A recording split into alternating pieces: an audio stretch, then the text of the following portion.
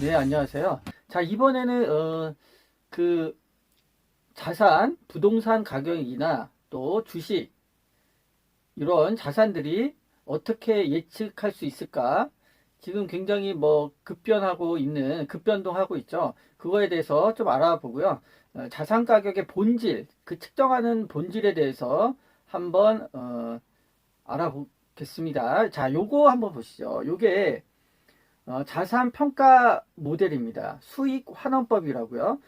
경제 실질적으로 어떤 자산의 가치를 가장 수학적으로, 과학적으로 측정할 수 있는 그 도구입니다. 현실적으로도 많이 쓰고 있고요. 모든 자산에 대해서 측정이 가능합니다. 수익이 발생하고 예측이 되면요.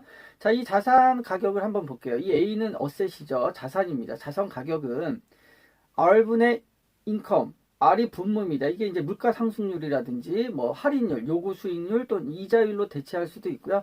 E는 인컴, 매년 그 자산이 벌어들이는 수익이라고 할 수가 있습니다. 그러면 이 공식을 알면 자산 가격을 측정할 수가 있어요. 이게 수익 환원법이라고 할 수 있습니다. 요걸로 주식 시장이라든지 자산 가격을 한번 측정해 볼게요. 그리고 정확하게 할 수도 있지만 뭐 그렇게 하기 위해서는 길어지니까요. 결과만으로 한번 보겠습니다. 강력한 도구가 될 수가 있습니다.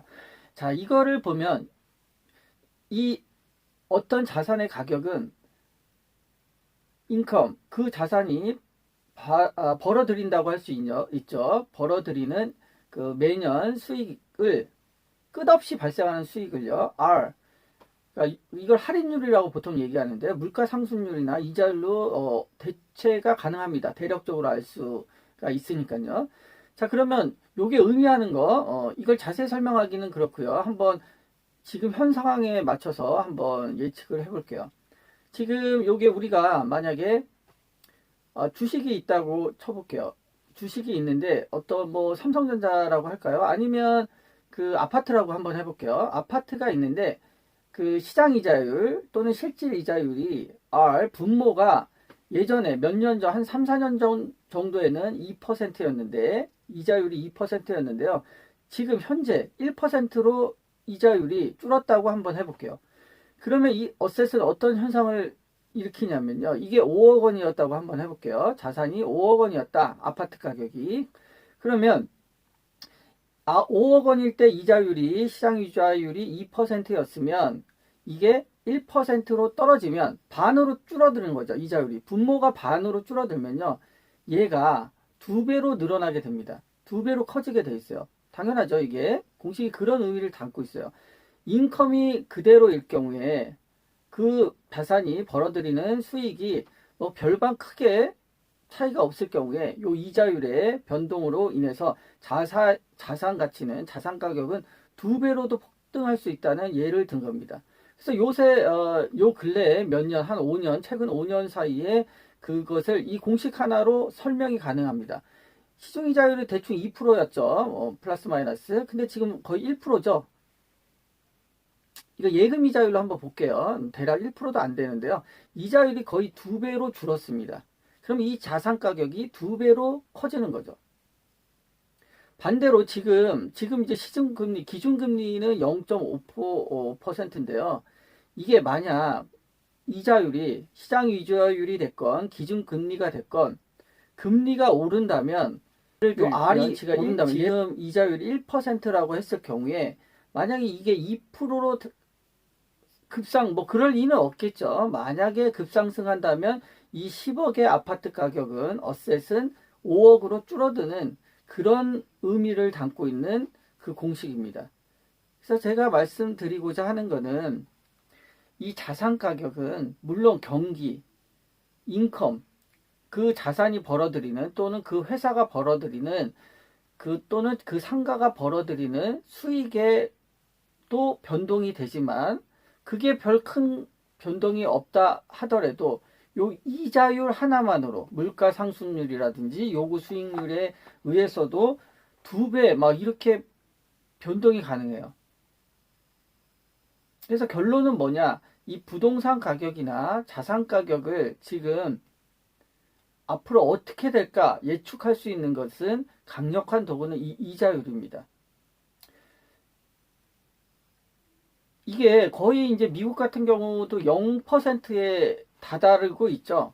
그렇기 때문에 더 이상 이자율을 더 낮출 수는 있지만 굉장히 힘듭니다. 뭐 이제 0%가 이제 거의 0%라 해도 과언이 아니니까요. 기준금리로 치면 미국의 페드, 우리나라 금리는 미국 금리랑 연동돼 있죠. 미국이 올리면 우리도 거의 따라갈 수뿐이 없습니다. 지금 구조상 내리면 뭐 같이 내리고 이렇게 해왔어요. 그렇기 때문에 금리가 앞으로 미국 금리가 오른다고 하면 부동산 가격이나 모든 자산 가격은 일단 레벨 다운되게 돼 있습니다. 지금 뭐 아니라고 하시는 분들도 있을 건데요.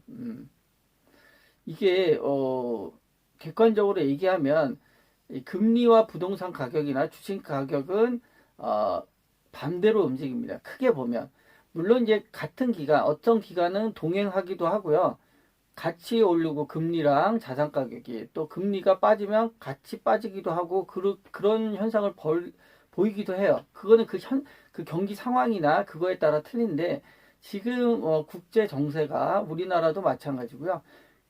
일단 자산이 굉장히 많이 오른 상태, 금리도 굉장히 많이 빠진 상태, 금리가 더 이상 빠지기 어려운 상태에 있어서 이게 금리가 오른다 또는 오를 기미가 보인다 이렇게 되면 자산 가격은 어쨌든 우여곡절은 있겠지만 레벨 다운이 될 수밖에 없습니다.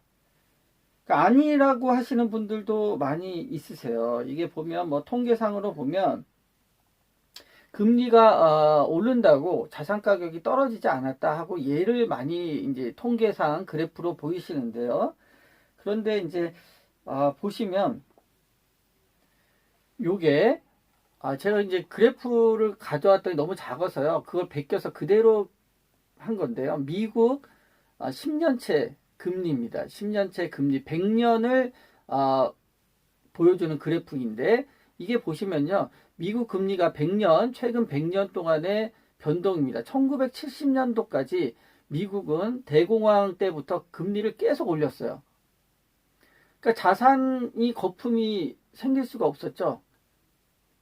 계속 올림으로써 그 물가를 잡고 그다음에 한계 기업이나 뭐 그런 기업들을 퇴출시켰습니다. 자산 가격도 많이 이제 정상화를 시켰죠.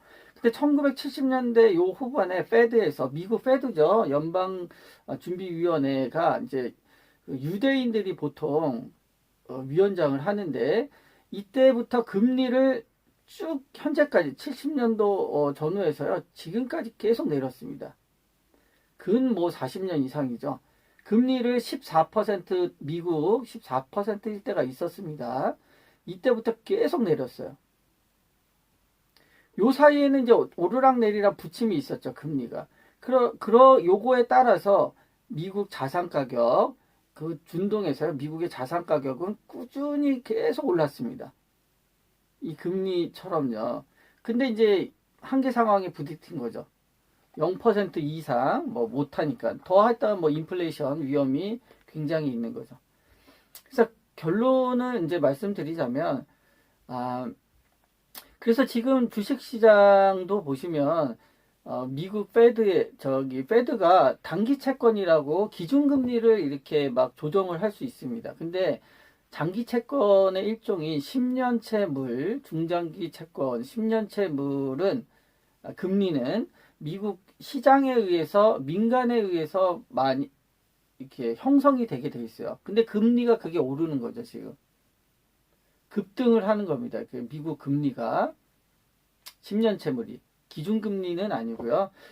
그러니까 주식시장이 충격을 받는 거죠. 이게 자산 가격이 굉장히 올라간 상태에서 자산 가격이 많이 오르지 않고 적정 수준이나 낮은 상태에서는 금리를 올리더라도 자산 가격엔 큰 영향이 없습니다. 사실은.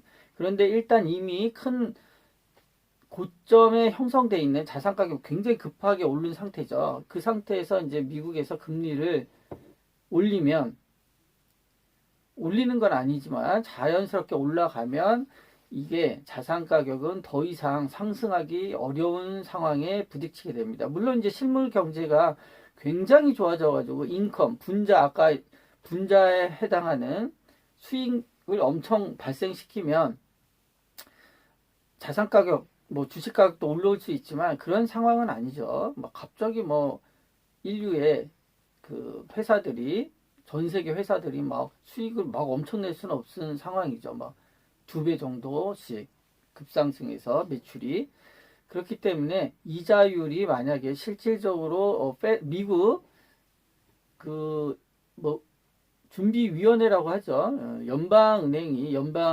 거기에서 직접적으로 금리를 강력하게 낮추지 않는다면 용인한다면 시장 금리가 올라가는 것을 지금처럼 용인한다면 자산 가격은 레벨 다운될 수뿐이 없습니다.